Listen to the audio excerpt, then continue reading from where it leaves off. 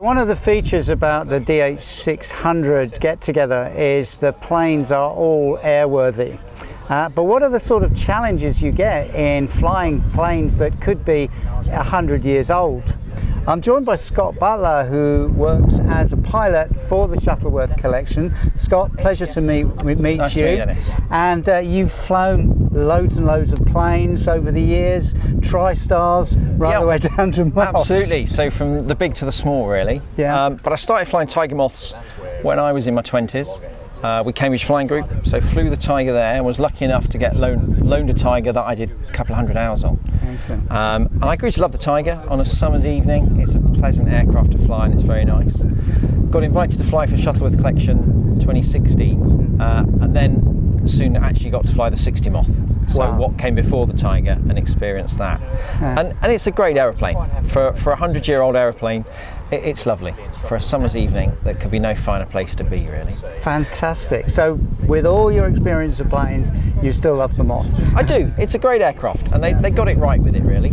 So what was it that particularly makes it right? I mean, we've talked already on the channel about the fact that the 53 was too small and the 51 was too big, and absolutely, this was the Goldilocks solution. Yeah, so I guess what do you need then, what do you need now is an aircraft that two of you can push out the hangar, two of you can sort out, one to start it, to swing it, and you can go flying together in relative comfort. And the Moth just does that, really. It's got two comfortable seats. It handles quite nicely. I mean, all the Moths are different, so as it evolved, BLV has got a fixed skid, which makes steering a little bit more difficult. Later on in the Moths you've got steerable skids, and the Tiger Moth is steerable skid, so still no brakes or anything, but you could manoeuvre it on the ground quite nicely. I think the first time anyone flies an open cockpit, it's quite an experience. Definitely it's a sensation bash, really, with the open, the wind, the noise and everything, but once you're used to that, it's a fine way of flying, really. And as far as handling qualities, you imagine a few years before this, you were probably learning on a single-seater, or at best someone shouting over your shoulder and helping you move it. By the time we got to the Moth, you've got two cockpits, two sets of instruments, and controls that work pretty well. Still a bit of harmonisation to do and things, but actually it's quite easy to fly. You could learn to fly this through a structured set of sorties and get solar on it quite easily. And to fly it today it's a simple aircraft. Once you've got the hang of a tail dragger, you could happily get in and fly them off. So the 1920s was very much the era that what Geoffrey de Havilland called the romantic era of aviation. The era of all the flying clubs, you know, the roaring 20s, the 30s, everyone was into jazz and into learning to fly. So BLV went to Lancashire Aero Club. That was one of the aero clubs set up there. The Moths went to all the aero clubs. So Geoffrey de Havilland had the idea that, well, if I get my Moths all around the country in the clubs, then people will buy them. And they did. And then the Moths got used by people like Amy Johnson to go to Australia. They got used by people to set records for people like Richard Shuttleworth learnt in a Moth, liked it so much, he bought the Moth. And then from buying the Moth, he had the aerodrome here, well, not quite this size, but an aerodrome made in his gardens, and lots of people did that. They learned on a Moth, liked the Moth and bought it. Right, that's brilliant. And you were telling me earlier, Scott, that you've also flown, you obviously started off on the Tiger Moth, which is the more common, the later design. One might think of it as being the more advanced one, at least you can get out of the cockpit easier.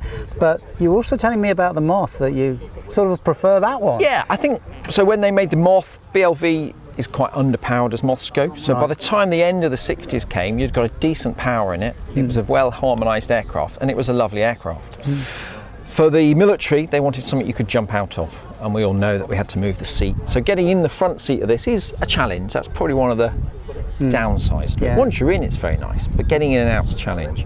So by the time on the Tiger Moth, you'd moved the wing forward a bit, staggered it, got everything sorted. It's not quite as crisp in controls. It's not quite as nice to fly. So really, a 60 Moth that's got the bigger engine is probably the ideal, actually. That's nice. Tiger Moth is lovely, and we're blessed with hundreds of those left.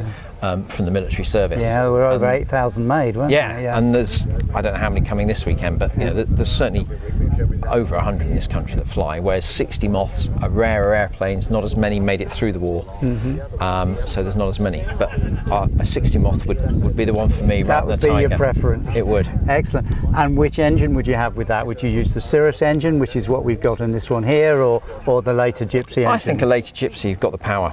Yeah. Really. So Cirrus is lovely. BLV's a lovely old lady. 94 miles an hour, though, maximum speed in it. Right.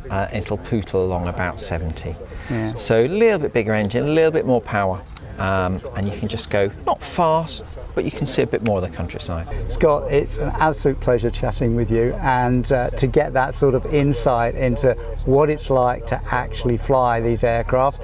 I guess, you know, another 25 years, there won't be that many around, or what do you think? I think possibly less. I think the aircraft will be there. Is it the engineers there to maintain them? Right. I think that's the threat we've got. Or the threat, there will be engineers, but the cost will rise. Right. So, you know, Tiger Moths now, actually the cost of one versus the cost to rebuild it is getting more and more spread. Okay. So what it will sell for versus what it will cost you to get it to that standard. And that's the problem, it's the engineering side. Right. The 60s are more expensive, they're rarer. Yeah. As a wooden airframe is a bit more complicated on the fuselage. But I think that's the thing. There will be Moths flying in 100 years' time, I'm sure. Wow. Within collections. And I think there will be private owned ones. Maybe not quite as many. Right. So we're not making any promises that in 100 years' time we'll be able to do a video for you, but keep your eyes open. Scott, Cheers. thank you so much. Nice to talk to you. Cheers.